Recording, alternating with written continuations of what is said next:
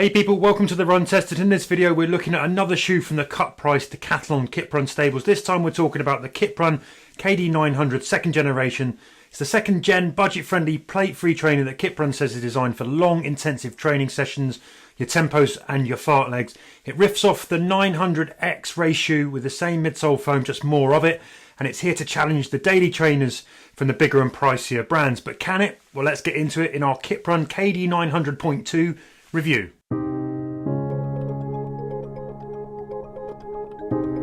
Let's give you the key details first then, and the Kiprun KD900.2 stack height sits at 38.5 mils in the heel, 30.5 mils in the forefoot for an 8 mil drop.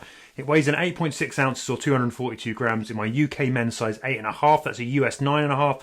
On price it comes in at $119.99 in the UK, it's not available in the US though.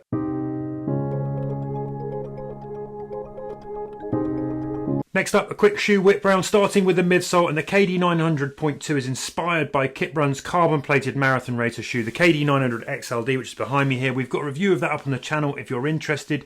It uses the same blended EVA and supercritical Pebax V-foam plus foam. I believe the split is 90% EVA and 10% Pebax, but this shoe comes with a bigger stack across the shoe to increase the cushioning and the energy return. There's no carbon plate here, and the donut heel that was on the first gen has been swapped for a more traditional sort of fast shoe setup. Up top, everything is pretty stripped back and racy. You've got lightweight race style knit mesh uppers that are really breathable with a good amount of flex. It's all light and airy. There's a minimal heel package here, just these two textured pillows on the inside for heel hold, along with a couple of external plastic clips to add some support. The flat wrapping gusset tongues offer good coverage across the foot and stay put well enough with thickness that prevents lace pinch. There's a pretty standard and robust lacing setup as well that's easy to get locked in. If you flip them over, and you've got a decent covering of protective outsole rubber in all the key areas, though there's notably less protection than we saw on the first gen shoe, and now you get the kind of outsole setup that you tend to find on race shoes.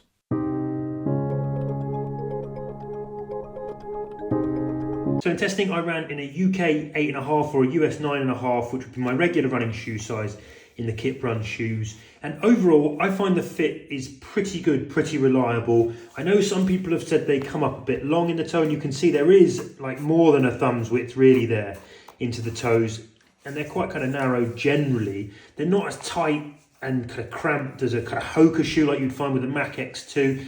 I find they just hold with just about the right kind of security here into the toe knuckles and across the midfoot. No problem getting good lace lockdown here. Pretty standard lacing. Nice lockdown you got there. I really quite like the tongues.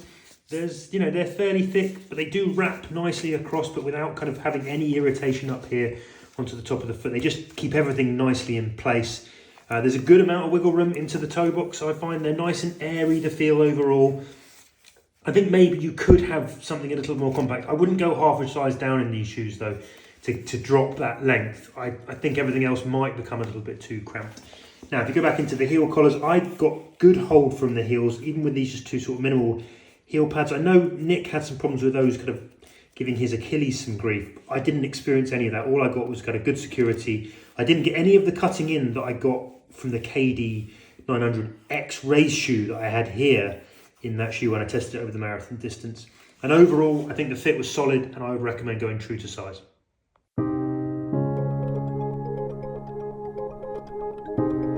So I didn't run in the first gen KD900, but I have tested the KD900X over the marathon distance, and I'm really intrigued by Decathlon or Kiprun's attempts to offer cut price performance. Now the KD900X back there offers a pretty good ride, but unfortunately it cut me on my marathon test. So when I took the KD900-2 out of the box and saw a similar heel collar setup, I had some reservations, despite the fact the KD900-2 certainly looks the part. Now, I've not pushed the KD900.2 to the same distances. In testing, I've covered around 30 miles, the longest run being 7 miles or an hour on feet. I've mixed up the paces though with slow and steady and faster miles and some good tempo efforts. And so far the comfort has been good actually. There's no signs of unwanted rubbing or blistering from this heel package. They feel light on the foot, in the same ballpark, weight-wise as a Saucony Endorphin Speed 4 or a Hoka Mac X2. And lighter than shoes like the Asics Superblast 2. Now I love a shoe that feels light and agile, and these tick that box for me. I still don't find the uppers the most comfortable when compared to other shoes. They're definitely good when you consider the price, but this is one area where I think they could marginally improve. There's something a bit plastic about the whole kind of thing, and things feel a little less welcoming than you might get from the more premium uppers on rival shoes. Now that wouldn't stop me buying the KD900.2, but I do notice it. Now when you get to the ride, that's where this shoe surprises, impresses, kind of delights. From the very first mile I got a feeling of fun, energy and urgency from the midsole. For a non-plated shoe there's a good amount of energy coming back and a good lively ride. More so when you're moving with intent, landing more forefoot. On runs where I went out thinking I'd move slow, I found myself pushing naturally faster, with that Pebax midsole providing a lot of the encouragement. The midsole ride is a bit two-faced. When you're landing further up the shoe, it rides a little firmer than shoes like the Superblast 2 or the New Balance SC Trainer V3, with less compression and more immediate feedback. That creates a more road-connected feel than you might expect from a big stacked shoe like this, but I really love that. It really floats my boat when you can feel instant energy coming back from a shoe, with cushion that just takes the edge off the impact but leaves you feeling the road underfoot. However, there were some occasions when I was moving slower and landing more midfoot where I felt the middle of the shoe ran soft and a bit more sinky. There's quite a lot of flex in this midsection, and that just puts some increased demands on your arches. It sort of makes the thing feel a little bit disconnected, and that might limit how long you want to run in the KD900 second gen. But at my tempo paces and faster, up to an hour on feet, this wasn't a problem. Again, when I was landing mid to forefoot, I got a stiffness in the forefoot that adds some spring into the toe-offs and boosts that energetic ride feeling. But I did wonder if a plate would add some extra control and smooth out some of the transitions.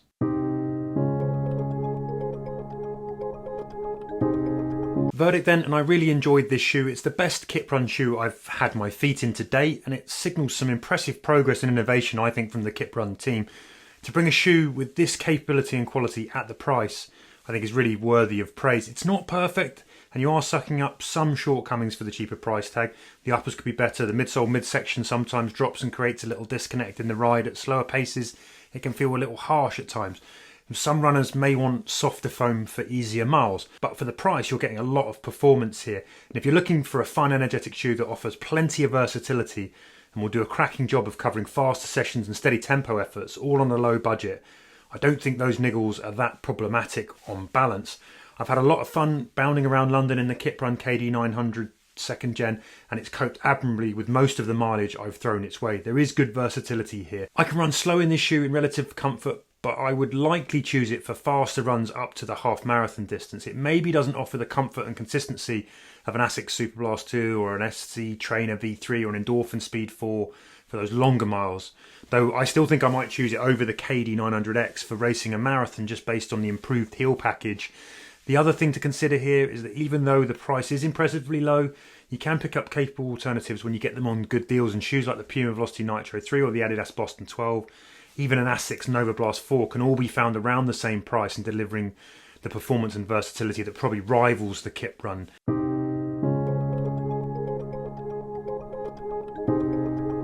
So there you have it, that's been my review of the Kiprun KD900.2. I hope you found it enlightening. Hit the like button if you did. If you're not already, I'd also love it if you'd subscribe. If you're looking for good daily trains, I'm popping a video up now that you also need to check out. Go watch that. Otherwise, I'm off to work on the Adidas Adios Pro 4 versus Pro 3 review, so I'll be seeing you again soon on the channel.